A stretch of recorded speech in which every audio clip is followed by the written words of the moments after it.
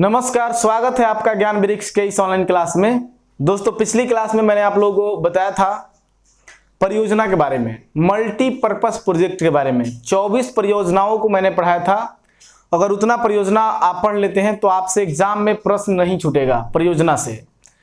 आज जो हमारा टॉपिक है वो है इंडियन एग्रीकल्चर या एग्रीकल्चर इन इंडिया, भारतीय कृषि या भारत में कृषि। तो भारत में जो कृषि है, यहाँ से भी प्रश्न मतलब ज़्यादा एग्जाम में पूछा जाता है। बहुत ही महत्वपूर्ण टॉपिक है ये। जैसे आप देखे होंगे प्रश्न कैसे पूछा जाता है कि भारत में हरित क्रांति की शुरुआत कब की गई, भारत में जब हरित क्रांति की शुरुआत की गई उस समय कौन सी पंचवर्षीय योजना चल रही थी, समय पूछा जाता है। दूसरी हरित क्रांति की शुरुआत कब की गई, विश्व में हरित क्रांति के जनक कौन है, भारत में हरित क्रांति के जनक कौन है, इस तरीके से प्रश्न पूछा जाता है। तो चलिए टॉपिक हेडिंग डालेंगे, लिखेंगे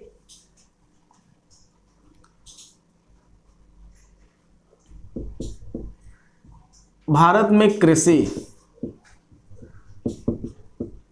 एग्रीकल्चर इन इंडिया। इसे आराम से एकदम पढ़ेंगे। अब देखिए, सबसे पहली बात आती है कि हमें जानना होगा कि भारत का क्षेत्रफल कितना है, टोटल एरिया ऑफ इंडिया। तो भारत का पूरा क्षेत्रफल कितना है? तो भारत का क्षेत्रफल है 32,87,263 किलोमीटर स्क्वायर। तो देखिए, जितना इसमें परसेंटेज कुछ ज्यादा याद करना होगा, आप आराम से देखिए और आराम से समझिए। भारत का कुल क्षेत्रफल जो है, भारत का कुल क्षेत्रफल कितना है? Total area of India 32,87,263 kilometre square, क्योंकि एरिया स्क्वायर में ही होता है। तो 32,87,263 किलोमीटर स्क्वायर भारत का कुल क्षेत्रफल है। अच्छा, ये पूरे विश्व का कितना है? पूरे वर्ल्ड का, पूरे विश्व का कितना है? तो 2.42%। पूरे विश्व का कितना है दोस्तों? 2.42%। इसका मतलब साफ है कि अगर 100% आपको निकालना होगा कि पूरे विश्व का क्षेत्रफल कितना है, तो 2.42 का वैल्यू इतना है, तो 100% का कितना है, ऐसा समझ सकते हैं आप। अब देखिए, ये तो पूरे विश्व का इतना है, पूरे विश्व के क्षेत्रफल का 2.42% हमारा जो क्षेत्रफल है वो है। लेकिन ये भारत के लिए कितना है? जो हमारा भारत देश है, उस भारत देश के लिए कितना है? तो ये है 100%। तो ये हमारे देश के लिए कितना परसेंट है? 100% है। यहीं से समझना है हमें कि भारत का जो एरिया है वो पूरे विश्व के लिए 2.42% है, लेकिन ये इंडिया के लिए कितना है? 100% है। अब आइए आगे, अब आगे बढ़ते हैं कि अगर 100% भूमि है, 100% भूमि है हमारे देश में, इंडिया में 100%, तो 100% का कितना भाग कृषि के लिए यूज किया जाता है, एग्रीकल्चर के लिए? कितने पर पर्वत पठार पहाड़ हैं, मतलब कहने का है कि कितने पर मरुस्थल है, कितने पर जंगल है, ये सब जानना है। तो थोड़ा सा जान लीजिए आप। देखिए, ये 100% में से जो 52% जो एरिया है, 52% ये है कृषि के लिए। यहां पर कृषि किया जाता है। कृषि में जो भी आप खेती करते हैं कृषि से जुड़ा हुआ, वो सारा 52% भाग पर कृषि किया जाता है। उसके बाद देखिए 21% भाग पर क्या है? वन। मैं जंगल की बात नहीं कर रहा हूं जो पूरे वृक्ष को मिलाकर है, मैं ओनली फॉरेस्ट का बात कर रहा हूं। 21% भाग पर वन है। 4% भाग जो है वो चारागाह के लिए है। चारागाह मतलब कहने का है कि ग्रास लैंड, चारागाह, चरने वाले चराई क्षेत्र, ये फॉरेस्ट है, ये एग्रीकल्चर है। उसके बाद जो 23% एरिया है, 23% वो क्या है? वो है बंजर। बंजर को हम लोग बोलते हैं डेजर्ट, मतलब कहने का मरुभूमि, बंजर। अब यहाँ पे ये हो गया 100% आपका, 100%। तो हम लोग देखिए, एक चीज और याद रखिएगा, एक चीज इसके बारे में ज्यादा पूछा जाता है। ये जो आप देख रहे हैं ना 4%, 21%, तो देखिए वन को लेकर के एग्जैक्ट एग्जाम में पूछा जाता है कि एग्जैक्ट बताइए कि भारत में वन कितना है। तो अगर कभी आपसे पूछा जाएगा, देखिए वन जो है पूरे भारत में वो है 21.67%, इतना है। लेकिन पेड़ सहित, अगर पेड़ सहित जंगल का बात किया जाए, अब मान लीजिए कि आपके घर के अगल बगल 2 पेड़ है, तो क्या उसे जंगल कहेंगे? नहीं कहेंगे। कहने का मतलब कि सारे, अगर वन सहित सारे पेड़ों को अगर जोड़ लिया जाए पूरे भारत में, तो वो है 24.52%। तो एग्जाम में देखना है कि कैसे पूछा जा रहा है। ज्यादातर यही पूछा जाता है कि पूरा पेड़ सहित जंगल कितना है भारत में, तो 24.52%, और वन कितना है भारत में, तो 21.67%। बहुत ही महत्वपूर्ण है, इसे याद रखना है। तो चलिए अब देखते हैं। अब हमें 52% वाले के बारे में पढ़ना है, क्योंकि हमारा जो टॉपिक है वह भारत में कृषि, और भारत में कृषि कितने परसेंट क्षेत्र पर होती है, तो 52% क्षेत्र पर होती है। तो इसे मैं बाकी का 3 में मिटा देता हूं, इसे तो हमें पढ़ना नहीं है, लेकिन आप जान लीजिए कि इतना परसेंट ये है। अब इसमें 52% भाग पर कृषि किया जाता है। तो देखिए, अब जितना भी ये एरिया है ना, 100% एरिया का 100% जो क्षेत्र है भारत में, 100% क्षेत्र का 52% जो क्षेत्र है उस पर कृषि किया जाता है। और ये जो कृषि है वो हमारे देश के लिए 100% है। इसमें जितना भी उत्पादन होता है उससे हमारा पूरा देश खाता पीता चलता है, तो 100% है ना हमारे लिए। तो 52% एरिया पर कृषि में 100% कृषि पैदा होती है, मतलब 100% कृषि पैदा होगी कृषि क्षेत्र में। मतलब ये क्षेत्र है 52% कृषि क्षेत्र में जितना भी उत्पादन होगा वो हमारे देश के लिए कितना कृषि होगा, 100% होगा। अब इस 100% कृषि का 60% भाग 60% वर्षा पर आधारित है। वर्षा पर आधारित डिपेंड ऑन रेनफॉल। मतलब जो 100% हमारे देश में कृषि होती है उसका 60% भाग किस पे डिपेंड करता है, तो वो रेनफॉल पे डिपेंड करता है, मानसून पे डिपेंड करता है कि अगर रेनफॉल हुआ तो हमारे देश का 60% कृषि अच्छे से होगा। उसके बाद जो 40% है, 40% ये डिपेंड करता है नदी नहर, तालाब, नलकूप, इन सब चीजों पे डिपेंड करता है। तो इसे ध्यान में रखना है कि 60% वर्षा पे आधारित है और 40% इन सब चीजों पर, जो छोटे छोटे नलकूप, तालाब, पंप सेट, बोरिंग ये सब यूज करते हैं, तो इन सब चीजों पे 40% है। अब देखिए, अब जिस साल हमारे देश में वर्षा नहीं होती है, अगर मान लो कि अगर जिस साल हमारे देश में वर्षा नहीं होती है उस साल हमारे देश का 60% क्या हो जाएगा, समाप्त हो जाएगा। मतलब कि हमारे देश में उस साल 40% पर ही काम चलाना पड़ता है। इसीलिए हमारा जो भारत की जो अर्थव्यवस्था है वो कृषि आधारित अर्थव्यवस्था है। बात समझ रहे हैं? भारत की जो अर्थव्यवस्था है, इंडियन इकोनॉमी, वो किस पर बेस्ड है, वो एग्रीकल्चर पर बेस्ड है। मतलब कहने का है कि कृषि आधारित अर्थव्यवस्था है हमारा। तो जिस साल वर्षा नहीं होगी उस साल हमारे देश की अर्थव्यवस्था चरमरा जाएगी, कमजोर पड़ जाएगी। तो कहने का मतलब यही है कि इसीलिए कृषि को मानसून के साथ जुआ कहा जाता है। Agriculture is the gambling with monsoon, इसे ध्यान में रखना है। तो कभी कभी पूछा जाता है कि किसे मानसून का जुआ कहा जाता है, तो कृषि को कहा जाता है। तो देखिए इधर यहां पे मैं लिख दे रहा हूं कि कृषि को मानसून के साथ जुआ कहा जाता है, जुआ कहा जाता है। इसे ध्यान में रखना है। कृषि को मानसून के साथ क्या कहा जाता है, जुआ कहा जाता है। Agriculture is the gambling with monsoon. आगे बढ़ते हैं।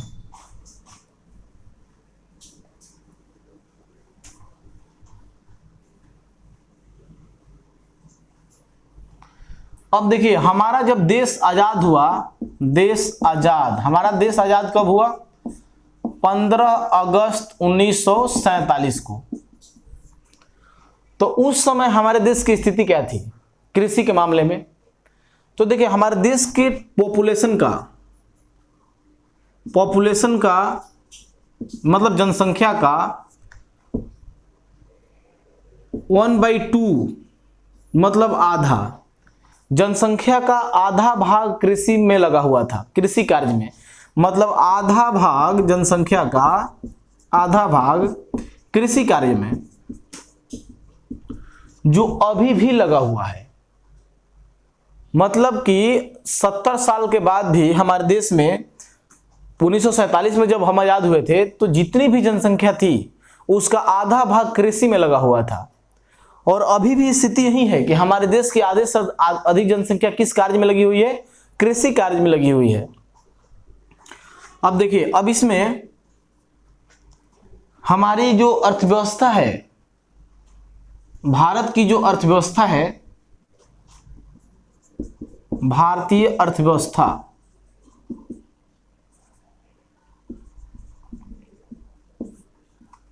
भारतीय अर्थव्यवस्था को 3 भागों में बांटा गया है। पहला है प्राथमिक, प्राथमिक को हम लोग बोलते हैं प्राइमरी। उसके बाद दूसरा है द्वितीयक, द्वितीयक है द्वितीयक सेकेंडरी। उसके बाद है तृतीयक टर्शियरी।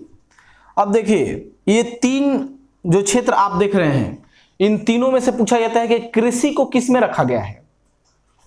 भारतीय अर्थव्यवस्था को 3 भागों में बांटा गया है ना। पहला है प्राथमिक, प्राइमरी में, दूसरा में है द्वितीयक और तीसरे में है टर्शियरी। मतलब कहने का कि पहला, दूसरा और तीसरा इसमें बांटा गया है। तो कृषि को किस में रखा गया है? तो देखिए कृषि को पहले में रखा गया है। देखिए जो भी नेचुरल चीजें होंगी उसको आप रखिए प्राइमरी में। कृषि पशुपालन ये ज्यादा पूछा जाता है एग्जाम में। कृषि पशुपालन किस में रखा गया है? तो प्राथमिक में रखा गया है। सेकेंडरी में किसको रखा गया है? द्वितीयक में। तो विनिर्माण क्षेत्र, विनिर्माण कहने का मतलब कंस्ट्रक्शन, जो इंडस्ट्रीज लगती है। और टर्शियरी में किसको रखा गया है? सेवा क्षेत्र को, सर्विस सेक्टर को रखा गया है, सेवा क्षेत्र को। जैसे मैं पढ़ा रहा हूं तो मैं किस में आऊंगा? तो सर्विस सेक्टर में। जैसे सर्विस सेक्टर कहने का मोबाइल आप चलाते हैं, सर्विस दे रहा है, गाड़ी, ट्रेन, जो भी है, पुलिस, अस्पताल, ये सभी क्या है? ये सभी सर्विस देने वाले हैं। तो मतलब कहने का सर्विस सेक्टर। अभी अगर वर्तमान में अगर प्रश्न पूछा जाए आपसे कि बताइए कि हमारे देश की अर्थव्यवस्था में सबसे ज्यादा योगदान किसका है, तो सबसे ज्यादा योगदान है तृतीय क्षेत्र का, तीसरा क्षेत्र का है, याद रखिएगा। क्यों? क्योंकि भारत में सबसे ज्यादा 1991 के बाद सबसे ज्यादा अगर किसी क्षेत्र में विकास हुआ है तो वह है सेवा क्षेत्र में, सर्विस सेक्टर में। तो भारत में अगर 100 रुपए आते हैं, इंडिया में अगर 100 रुपए आते हैं तो उसमें से 60 रुपए अकेले कौन देता है? सर्विस सेक्टर देता है, याद रखिएगा। और कृषि का योगदान कितना है? तो देखिए कृषि का ऐसे 21% तक योगदान है, लेकिन एग्जैक्ट 17% ही है। मतलब 100 रुपए में 17 रुपए। देखिए जब भारत आजाद हुआ था तो 1947 में भारत में अगर 100 रुपए आ रहे थे तो ये 49 रुपए ही कृषि दे रहा, मतलब 49 रुपए कृषि का योगदान था। भारत जब आजाद हुआ था तो भारत में 100 रुपए आ रहे थे तो उस समय 49 रुपए अकेले देता था कृषि। लेकिन अब कम हो गया है। मतलब कहने का है कि कृषि का योगदान बहुत ही कम हो गया है। और इसमें क्या हुआ है कि अब सिर्फ 17 रुपए ही दे पाता है ये। और किस क्षेत्र, कौन सा क्षेत्र ज्यादा दे रहा है? तो दे रहा है तृतीय क्षेत्र। तो इसे याद रखेंगे, बहुत ही महत्वपूर्ण है। अच्छा, अब आप सोच रहे होंगे कि दिन पर दिन कम हो रहा है। तो देखिए कम होने का मतलब ये नहीं कि कृषि का उत्पादन कम हो गया, नहीं, कृषि का उत्पादन बढ़ा है, उसके तुलना में जनसंख्या बहुत तेजी से बढ़ा है। तो बचेगा तब तो हम आगे इकोनॉमी के रूप में उसे खर्च करेंगे, हमारे से बचेगा तब तो लोग ज्यादा खा रहे हैं और हम एक्सपोर्ट कम कर रहे हैं कृषि का। पहले ज्यादा एक्सपोर्ट किया जाता था। तो ठीक है, इसको मैं मिटा रहा हूं।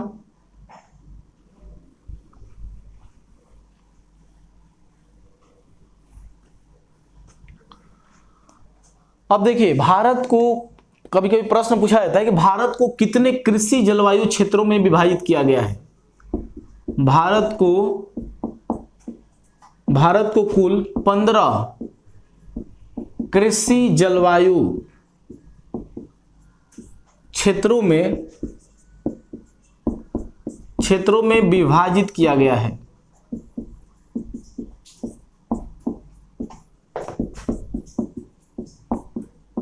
भारत को कुल 15 कृषि जलवायु क्षेत्रों में विभाजित किया गया है, जिसमें अकेले यूपी में 9 है। याद रखेंगे, बहुत ही महत्वपूर्ण है, ये बहुत बार पूछा गया है कि भारत में कुल कितने जलवायु क्षेत्र है? 15 में से अकेले यूपी में कितना है? 9। इसे याद रखिएगा। आगे बढ़ते हैं। कृषि के लिए जो कुछ भी हमारे देश में रिसर्च किया जाता है उसके लिए एक संस्था है। संस्था का नाम आप लोग जानते होंगे, ICAR। इसका स्थापना हुआ था 1928 में। इसे याद रखेंगे, बहुत ही महत्वपूर्ण है। ICAR इसका फुल फॉर्म होता है Indian council for agriculture research. Indian council for agriculture research, ICAR की स्थापना 1928 में की गई और इसका फुल फॉर्म क्या होता है? Indian council for agriculture research. इसका जो मुख्यालय है ये कहाँ है? तो ICAR का जो मुख्यालय है ये पड़ता है नई दिल्ली में। तो इसे याद रखना है, नई दिल्ली में।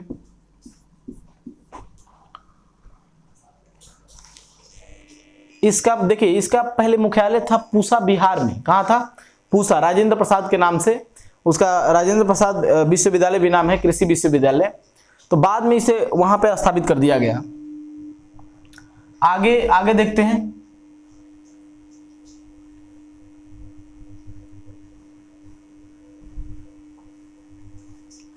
अब ये तो समझ है कि भारतीय कृषि अनुसंधान परिषद, हिंदी में क्या बोलते हैं इसे? ICAR को हिंदी में क्या बोलते हैं? भारतीय कृषि अनुसंधान परिषद। इसी के अनुसार भारत में कुल कितने जलवायु क्षेत्र हैं? तो 15। और भारत में कुल कितनी प्रकार की मिट्टियां हैं? तो इसके हिसाब से सॉइल जो है, मिट्टी भारत में वो 8 प्रकार की है।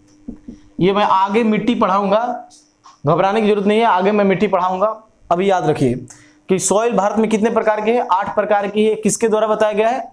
ICAR के द्वारा बताया गया है। अब देखिए, बात 1940-41 की है। 1940-41 की बात है। एक अमेरिका के कृषि वैज्ञानिक थे। नाम था उनका नॉर्मन बोरलॉग। क्या नाम था? Norman Borlaug. अमेरिका के कृषि वैज्ञानिक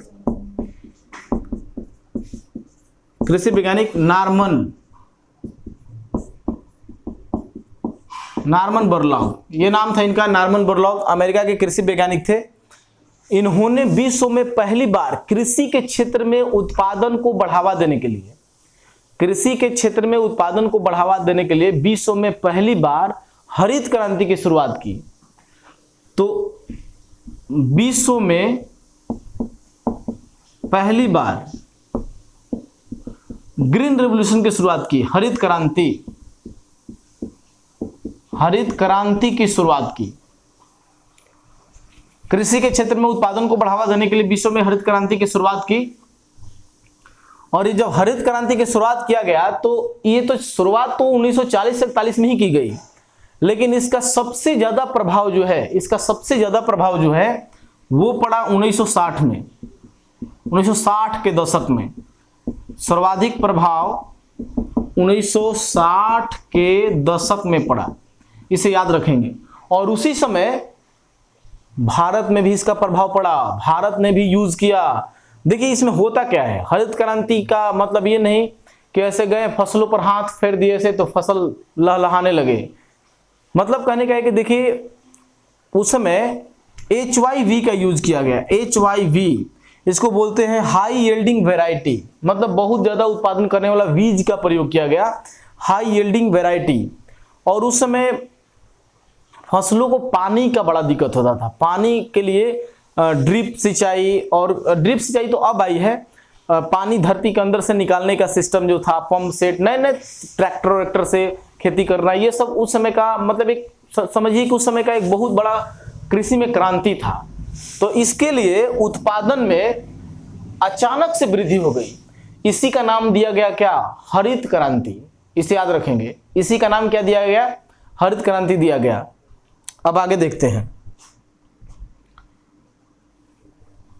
अब विश्व में हरित क्रांति की शुरुआत जब की गई डॉक्टर नॉर्मन बोरलॉग के द्वारा, तो उन्होंने इसका सबसे पहला प्रयोग किया था मैक्सिको में। कहां से किया था? सबसे पहला प्रयोग किया था मैक्सिको में, और उसके बाद ये भारत में आया, उसके बाद पाकिस्तान में। मतलब हरित क्रांति का विश्व में सर्वाधिक प्रभाव, हरित क्रांति का विश्व में सर्वाधिक प्रभाव, सर्वाधिक प्रभाव मैक्सिको।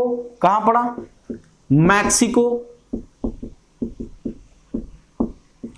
मैक्सिको के बाद भारत, उसके बाद पाकिस्तान। तो ये इन देशों पर ज्यादा पड़ा, ये बात याद रखिएगा। कहने का मतलब ये है कि हरित क्रांति का विश्व में सबसे ज्यादा प्रभाव अगर पूछा जाए कि कहां पड़ा है, तो इन तीनों देशों का नाम याद रखिएगा, मैक्सिको, भारत और पाकिस्तान। ठीक है, आगे बढ़ते हैं। अब इसका भारत में शुरुआत किया गया। अब देखा गया कि इंडिया में भी इसका यूज किया जाए, इंडिया में भी इसका प्रयोग किया जाए हर क्षेत्र में भारत के। तो भारत में भी देखिए, भारत में हरित क्रांति का जो श्रेय दिया गया है, कि हरित क्रांति का जो श्रेय है वो दिया जाता है एस स्वामीनाथन को। किसको दिया जाता है? डॉक्टर एस स्वामीनाथन को। भारत में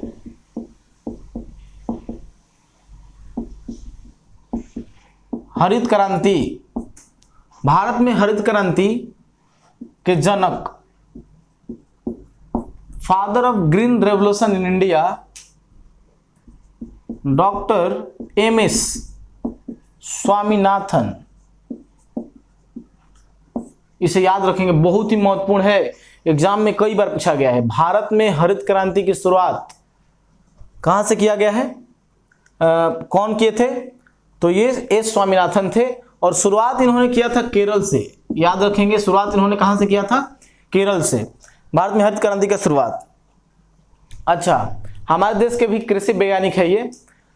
अगर आपसे पूछा जाए प्रश्न कभी कि विश्व में कृषि के क्षेत्र में दिया जाने वाला सबसे बड़ा पुरस्कार कौन सा है, तो याद रखेंगे नॉर्मन बोरलॉग पुरस्कार। विश्व में कृषि के क्षेत्र में दिया जाने वाला सबसे बड़ा पुरस्कार कौन सा है? Norman Borlaug. अब ये हो गया। अब इसके बाद देखते हैं कि जैसे विश्व में शुरू किया गया तो 3 देशों पर प्रभाव पड़ा, तो भारत में भी शुरू किया गया होगा, तो भारत में भी राज्यों पर पड़ा होगा। तो भारत में कौन कौन राज्यों पर पड़ा है? तो सर्वाधिक प्रभाव जो है, सर्वाधिक प्रभाव पड़ा है पंजाब,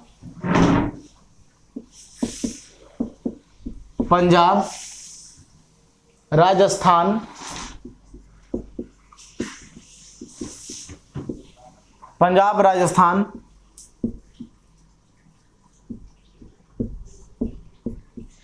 और आंध्र प्रदेश। कहां पड़ा है सबसे ज्यादा? पंजाब, राजस्थान और आंध्र प्रदेश में पड़ा है।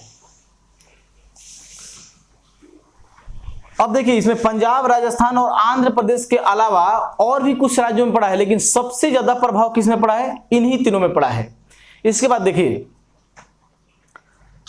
इसका जो टाइम था इंडिया में शुरू करने का वो था 1966-67। समय का अगर बात किया जाए कि इसका समय कब था, तो 1966 से 1967। इसे याद रखेंगे, ये बहुत ही महत्वपूर्ण है। सर्वाधिक प्रभाव पंजाब, राजस्थान में, आंध्र प्रदेश में।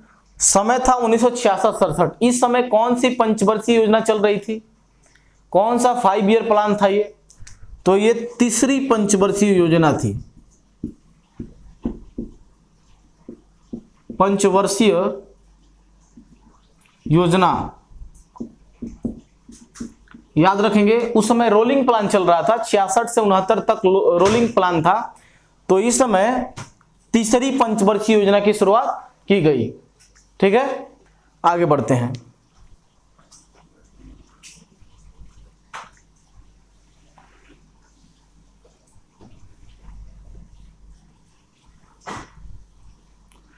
अब पूछा जाता है कि हरित क्रांति का सर्वाधिक प्रभाव किस फसल पर पड़ा, कौन से क्रॉप्स पर पड़ा हरित क्रांति का सबसे ज्यादा प्रभाव। तो देखिए,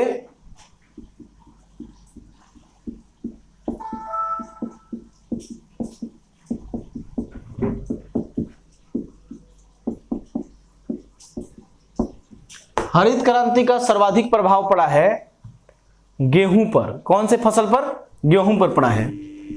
तो इसे याद रखेंगे,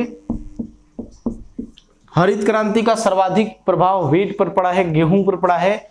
क्योंकि जब ऐसा किया गया, क्रांति लाया गया, तो गेहूं के उत्पादन में 500% की वृद्धि हुई। 500% की वृद्धि, इसे याद रखेंगे। मतलब कहने का है कि गेहूं के उत्पादन में कितना वृद्धि हुआ, तो 500% का वृद्धि हुआ। अगर 1 क्विंटल गेहूं होता था तो 6 क्विंटल होने लगा, 500% सीधे बढ़ गया। तो इसे याद रखेंगे कि सबसे ज्यादा प्रभाव किस पर पड़ा, गेहूं पर पड़ा। हरित क्रांति का सबसे कम प्रभाव किस पर पड़ा, तो सबसे कम प्रभाव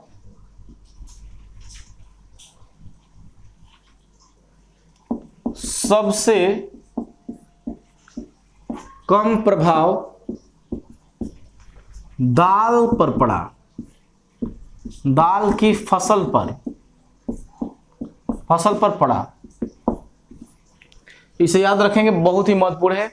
अब देखिए, जब देखा गया कि हरित क्रांति सफल हो रही है, हर क्षेत्र में उत्पादन में वृद्धि हो रही है, हरित क्रांति को जिस एरिया में चलाया जा रहा है उस एरिया में प्रोडक्शन में वृद्धि हो रही है, तो इसके मतलब देखा देखी बहुत सारे क्षेत्रों में एक क्रांति शुरू की गई। जैसे कुछ दिनों के बाद भारत में शुरू होती है श्वेत क्रांति, व्हाइट रेवोल्यूशन। श्वेत क्रांति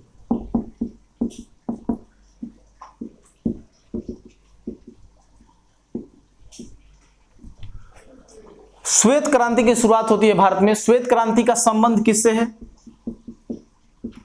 श्वेत क्रांति का संबंध है दुग्ध उत्पादन से। भारत में श्वेत क्रांति का संबंध किससे दोस्तों, तो यह है दूध उत्पादन से। और इसकी शुरुआत 1970 में की गई, मतलब 1969 में की गई।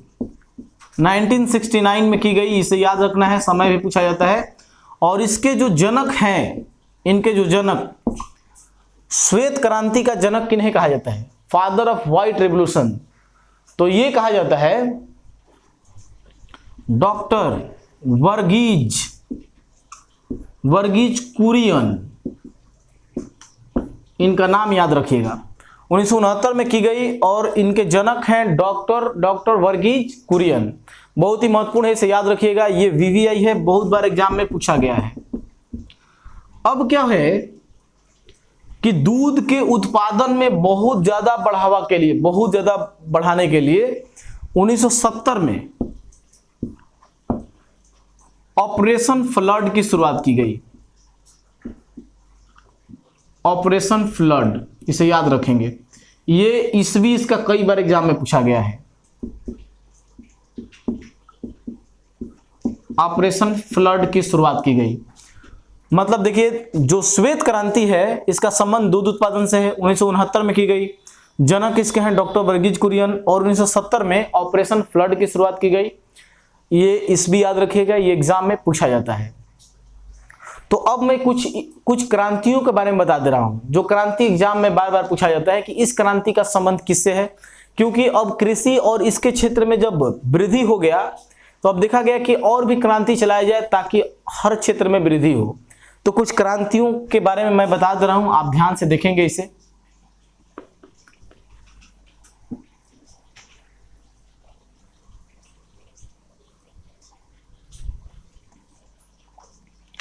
देखिए, एक तरफ लिखेंगे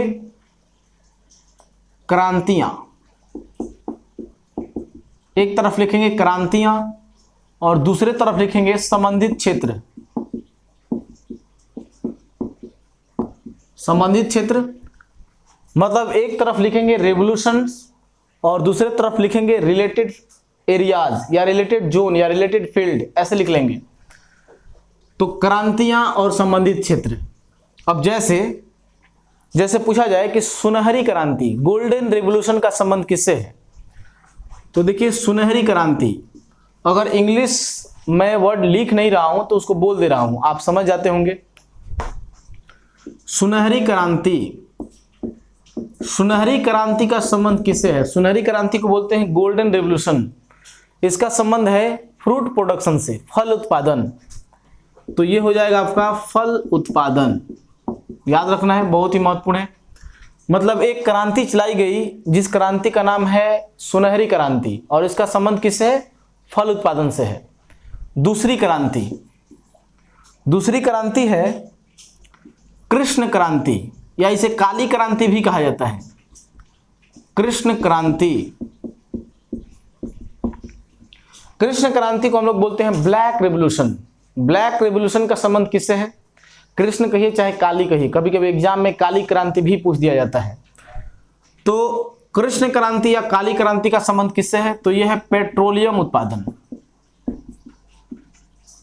पेट्रोलियम प्रोडक्शन, कच्चा तेल बोलते हैं, पेट्रोलियम उत्पादन। तीसरा रेवोल्यूशन, अब देखिए कभी कभी ऐसा होता है कि कलर से संबंधित पूछा जाता है कि लाल क्रांति, हरी क्रांति, ब्लू क्रांति, ऐसे करके पूछा जाता है। तो एक है लाल क्रांति। लाल क्रांति का संबंध किससे है? तो देखिए लाल क्रांति, रेड रेवोल्यूशन बोलते हैं इसे। रेड रेवोल्यूशन का संबंध मांस एवं टमाटर संबंधी उत्पादन। तो मांस एवं टमाटर,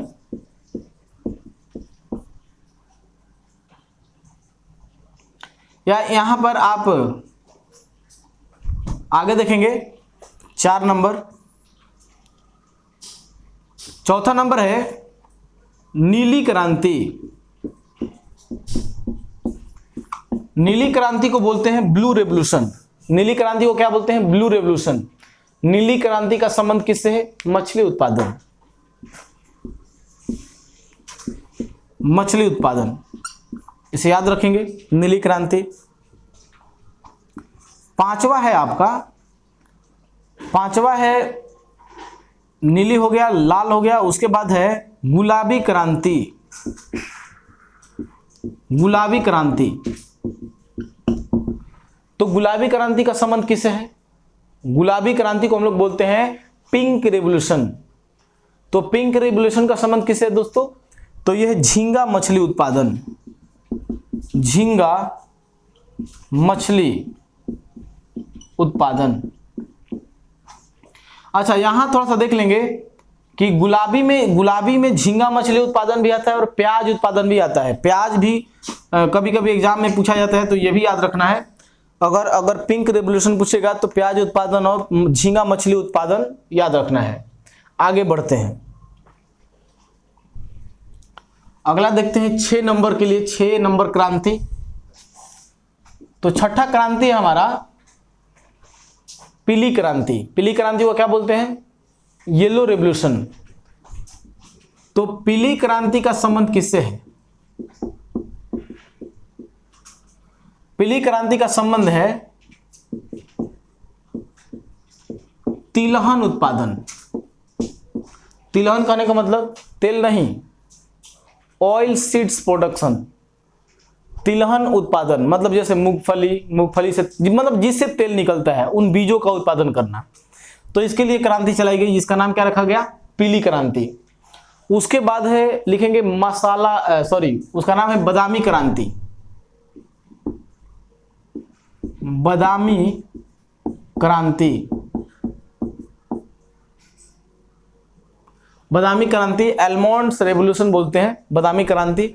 इसका संबंध किससे है, तो बादामी क्रांति का संबंध है मसाला उत्पादन। कौन सा मसाला, जो हम लोग खाते हैं, स्पाइस मसाला,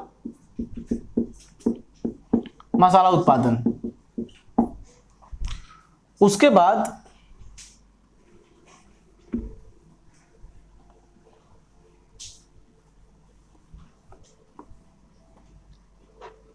एक क्रांति है आपका जिसका नाम है इंद्रधनुषी क्रांति। क्या नाम उसका, इंद्रधनुषी क्रांति। तो इंद्रधनुषी क्रांति जो है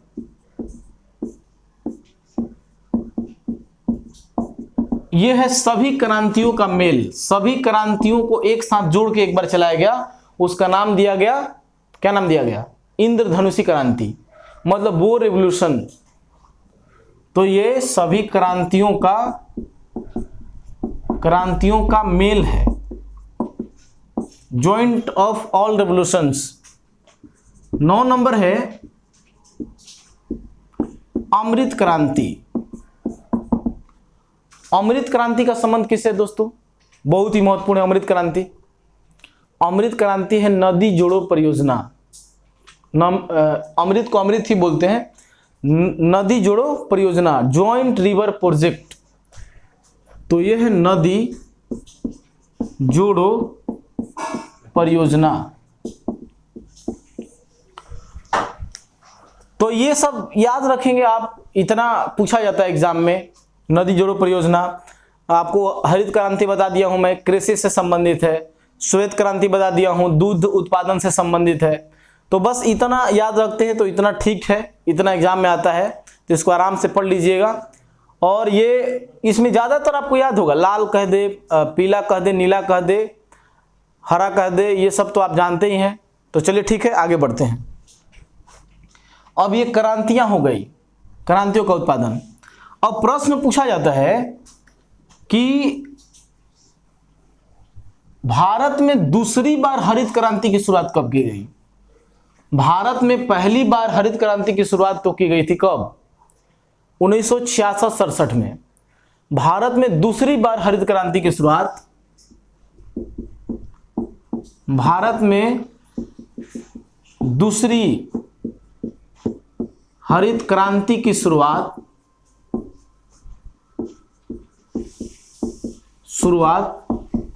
1983-84 में की गई। ये टाइम जरूर याद रखिएगा, ये बहुत ही महत्वपूर्ण है। 1983-84 में की गई भारत में दूसरी बार। Second time started green revolution in 1983-84। 1983-84 में की गई दूसरी बार। अच्छा, अब क्या है कि कभी कभी प्रश्न ऐसे पूछा जाता है कि भारत में अगर जैसे कृषि किया जाता है तो कृषि क्षेत्र का कितना % भाग पर चावल उगाया जाता है और कितना % भाग पर मतलब गेहूं उगाया जाता है। तो देखिए, भारत में कृषि क्षेत्र का 47%, भारत में कृषि क्षेत्र का 47% चावल उगाया जाता है।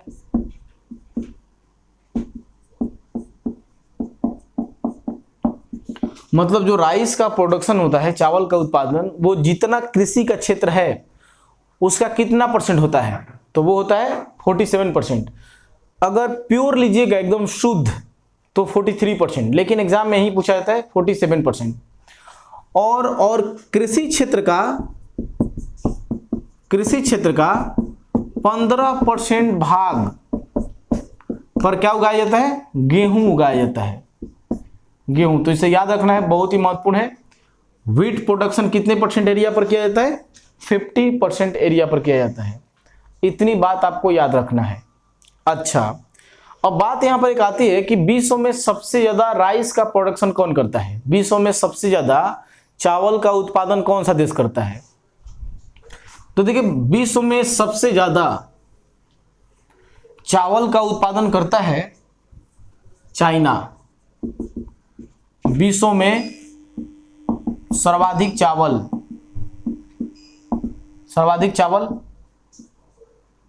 तो देखिए, एक लिंक मैं बता दे रहा हूं कि कौन कौन सा देश करते हैं। सीबीआई याद रखिएगा, सीबीआई मतलब चाइना, बी से भारत और आई से इंडोनेशिया। इंडोनेशिया को कम मत समझिएगा चावल के उत्पादन में, बहुत ज्यादा चावल का उत्पादन वहां भी होता है। तो चाइना, भारत और इंडोनेशिया, सबसे ज्यादा चाइना उत्पादन करता है विश्व में चावल का, और भारत में दूसरे स्थान पर, और तीसरे स्थान पर कौन है? इंडोनेशिया।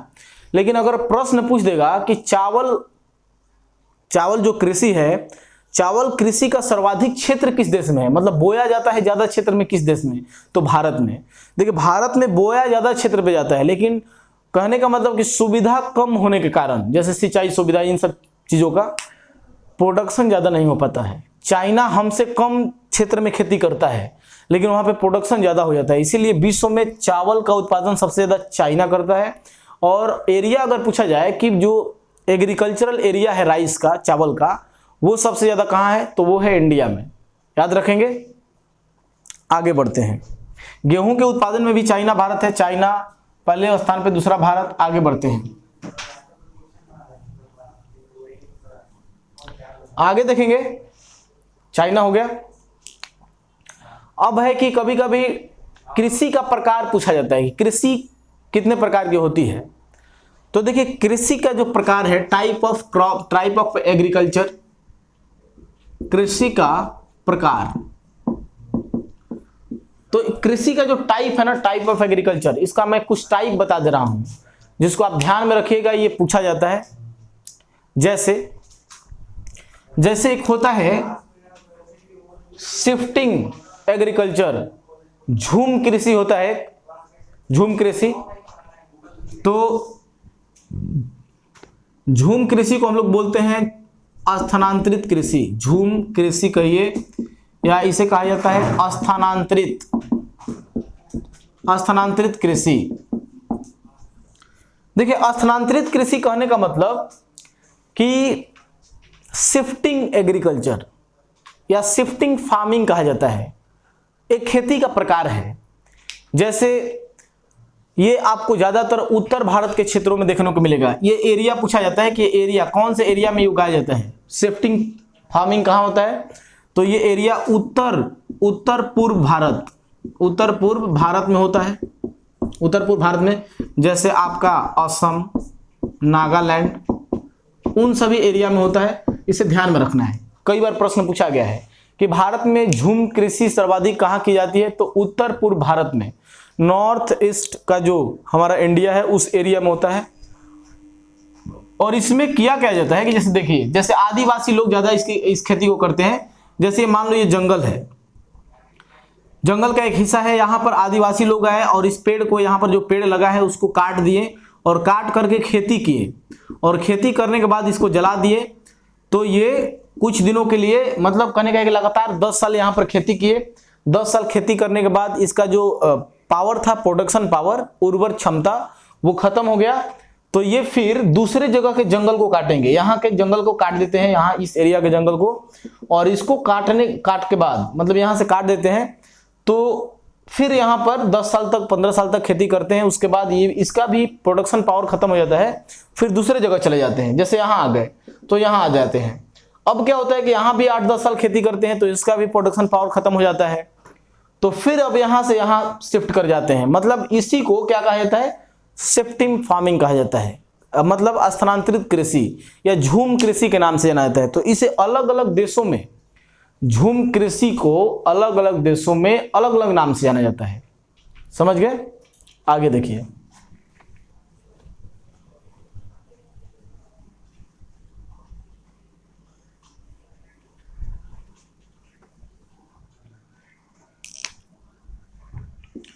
एक होता है समोच्च कृषि। समोच्च कृषि, समोच्च कृषि को ही कंटूर कृषि कहा जाता है, इंग्लिश में बोलते हैं कंटूर। तो समोच्च कृषि क्या होता है? तो देखिए समोच्च का अगर संधि विच्छेद करेंगे आप तो सम प्लस उच्च, मतलब समान ऊंचाई पर खेती किया जाता है।